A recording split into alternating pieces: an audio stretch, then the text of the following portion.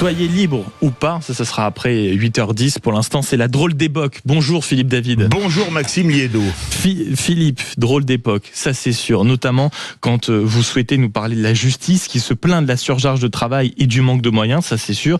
Mais il y a une chose dans les derniers jours qui vous a quand même sévèrement interpellé, Philippe. Oui, Maxime, le drame de la mort de Liana a fait ressortir les sempiternelles mélopées dès que quelqu'un remet en cause le travail, ou plutôt le non-travail dans les plaintes concernant le meurtrier présumé de la fillette, de la justice.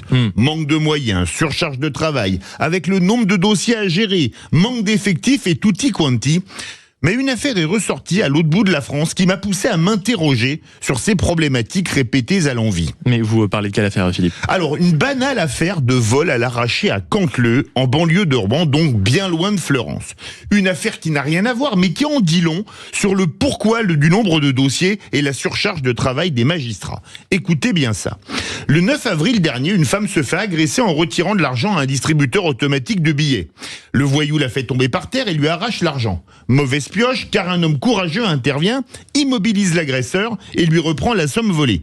Les forces de l'ordre interviennent et interpellent le voyou qui, quelques semaines plus tard, se retrouve devant les juges et c'est là que le bât blesse. Pour quelle raison ? Parce que l'intéressé, sur les 30 dernières années, a été condamné 46 fois. Une condamnation tous les 8 mois pour des faits particulièrement graves, comme violence aux personnes, affaires de stupéfiants et atteinte aux biens. Il a, depuis 2015, date à laquelle s'arrêtent les logiciels pour les incarcérations à disponibilité des magistrats, été incarcéré 11 fois en 11 ans. Une situation qui a stupéfait le président du tribunal qui a demandé: vous vous sentez mieux en détention ou en liberté ? C'est un peu désespérant.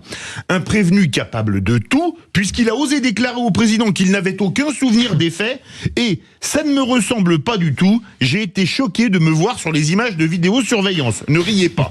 On n'imagine pas les chocs subis par les victimes qui, elles, se comptent par dizaines. Bon, avec le cadre et le contexte que vous nous décrivez, on imagine une sanction lourde, pour pas dire très lourde. Oh non, avec 15 mois ferme et 200 € d'indemnité à la victime, qu'il ne paiera probablement jamais sans aménagement de peine.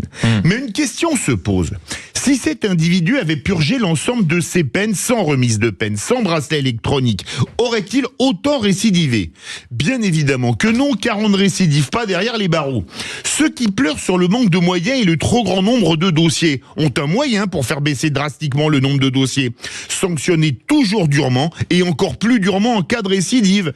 Et même si parler de sanctions relève du blasphème pour certains, c'est le b.a.-ba pour dissuader de recommencer et faire baisser le nombre de dossiers à gérer.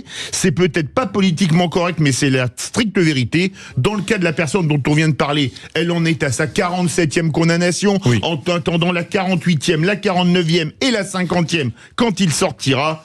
Drôle d'époque, Maxime. Ça c'est sûr, plus que drôle d'époque, et vous venez de soulever tous les autres problèmes quand on essaye parfois d'appliquer, en effet, simplement les lois. Ça c'est sûr. Absolument. Merci beaucoup mon cher Philippe David, on vous retrouve naturellement après 8h30 pour le grand débrief de la matinale. Et c'est là que je dis et que je salue mon camarade Jean-François Aquili. Bonjour Jean-François. Bonjour mon cher Maxime Liédo.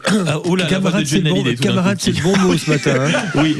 Camarade, c'est le très bon mot. C'était une petite transition pour votre invité politique. 8h15 au micro de Sud Radio. Fabien Roussel, secrétaire national du Parti communiste français, maire de Saint-Amand-les-Eaux. Pas mal de sujets sur la table avec lui tout à l'heure. Notamment, nous parlerons de 2027. Nous verrons si le camarade Roussel sera lui aussi candidat à gauche. J'espère que vous connaissez l'international, mon cher Jean-François. Il est 7h52 dans un instant. Régis Maillot sur Sud Radio, restez avec nous. Et très bon réveil, à tout de suite.